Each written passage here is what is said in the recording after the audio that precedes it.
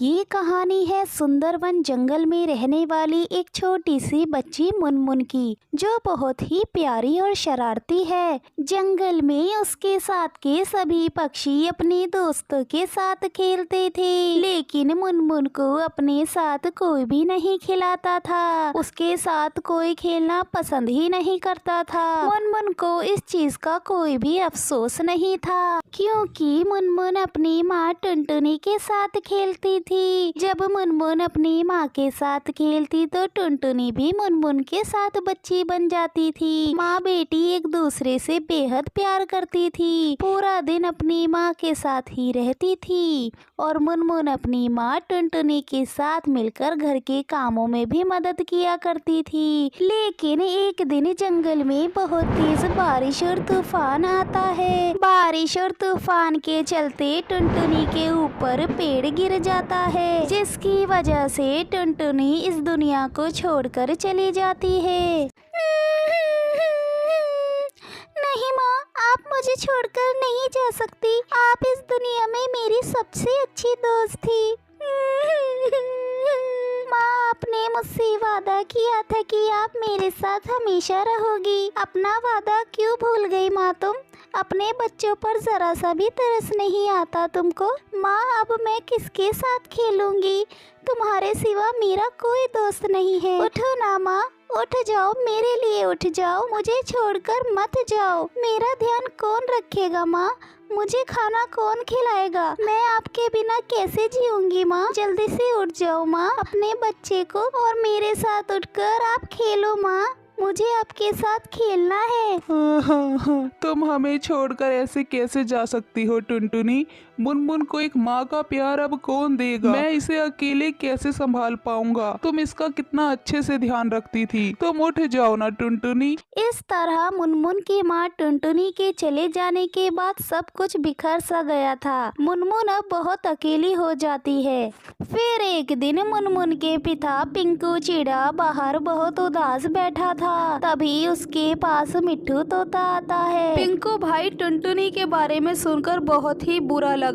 मैं तुम्हारा दुख समझ सकता हूँ। अब मुनमुन को माँ का प्यार कौन देगा? वो तो ऐसे ही अपनी माँ की याद में अंदर ही अंदर घुट जाएगी। नहीं नहीं, मैं अपनी बेटी को ऐसे घुट घुट कर जीने नहीं दे सकता। मुझे जल्द से जल्द कुछ करना होगा। उसके लिए मुझे एक नई माँ लानी होगी। माँ, मुझे तुम्हारी बहुत याद आ रही है। माँ, मुझे तुम्हारे साथ खेलना है। माँ, मुझे बहुत तेज भूख भी लग रही है। माँ, मुझे तुम्हारे हाथों से ही खाना खाना है। माँ, मुझे खाना खिला दो ना। माँ, बहुत हुआ, मेरे पास वापस आओ तुम। मेरा मन नहीं लगता। मेरा तो कोई दोस्त भी नहीं है। मुनमुन अपनी माँ को याद कर ही रहा था। मुनमुन अपनी माँ को याद कर ही रही थी कि जब ही पिंकू चिड़ा उसके लिए शादी करके एक नई माँ ले आता है और एक छोटी सी बहन भी ले आता है। मुनमुन बेटा, ये देखो मैं तुम्हारे लिए क्या लाया हूँ। ये तुम्हारी नई माँ है। अब तुम अपनी माँ के साथ खेल सकते हो। ये तुम्हें तुम्हारी माँ जैसा ही प्यार करेगी और अपने बच्चे जैसा प्यार भी देगी। मैं तुम्हारे लिए तुम्हारी छोटी बहन भी लाया हूँ। अब तुम परेशान ना होना। अपनी बहन के साथ प्यार से रहना और खूब खेलना। अभी तक तो मुनमुन बहुत उदास थी, पर नई माँ और बहन के आने पर वो बहुत खुश हो जाती है। सच में पापा, ये मेरी नई माँ है और मेरे पास अब बहन भी है जिसके साथ मैं खेलूंगी। हाँ बेटा, अब तुम साथ में दोस्त बनकर रहना। आप कितने अच्छे हो पापा। आप मेरी हर परेशानी को दूर कर देते हो। जब माँ गई तो मैं बहुत उदास थी, लेकिन अब आप मेरे लिए नई माँ और बहन लेकर आए हो, उसके लिए मैं बहुत खुश हूँ। पापा, आप मुझसे कितना प्यार करते हैं। मेरी उदासी आपसे देखी नहीं गई और आपने मेरे चेहरे की खुशी फिर से लौटा दी। थैंक यू पापा। मुनमुन रोते हुए अपने पापा को गले लगा लेती है। माँ, पापा, अब हम सब खुशी खुशी रहेंगे। मैं अपनी बहन के साथ खूब खेलूंगी। रानो, तुम अब मुनमुन का बहुत अच्छे से ध्यान रखना। अब मुनमुन तुम्हारी जिम्मेदारी है। इसे एक माँ का प्यार देना तुम। हाँ हाँ, आप परेशान ना हो। मैं मुनमुन को अपनी बेटी जैसा प्यार करूंगी। पिंकू बहुत खुश था कि अब मुनमुन बहुत खुश रहेगी। उसे अब दोबारा से माँ का प्यार मिलेगा। अगली सुबह पिंकू को गांव से शहर काम से जाना पड़ता है। सुनो रानो, मैं कुछ दिनों के लिए गांव से बाहर जा रहा हूँ। तुम मेरी बेटी मुनमुन का बहुत अच्छे से ध्यान रखना। हाँ जी, आप फिक्र न करें। मुनमुन जैसे आपकी बेटी है वैसे ही मेरी भी है। पिंकू के जाने के बाद एक सुबह मुनमुन को बहुत जोरों से भूख लगी थी। माँ, मुझे बहुत भूख लगी है, मेरे लिए कुछ बना दो ना। तुझे भूख लगी है तो इसमें मैं क्या करूँ?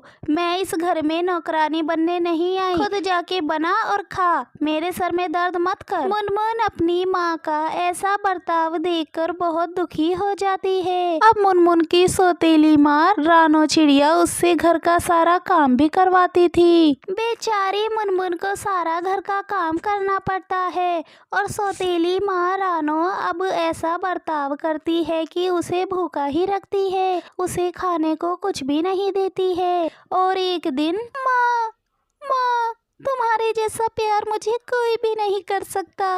माँ, तुम वापस क्यों नहीं आ जाती? नहीं माँ, बहुत बुरी है, मुझे खाना भी नहीं देती।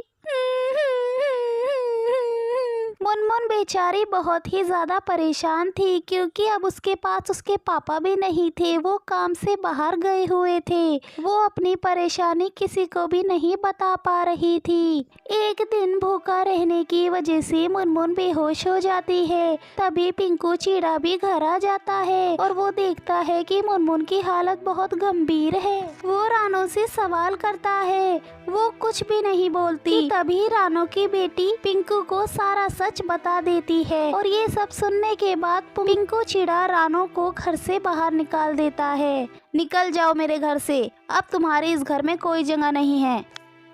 कुछ देर बाद मुनमुन को होश आ जाता है और वो अपने पापा को गले लगा लेती है और सब कुछ बता देती है। इस तरह से बेचारी मुनमुन अपने पापा पिंकू चिड़ो के साथ ही खुशी खुशी रहती है।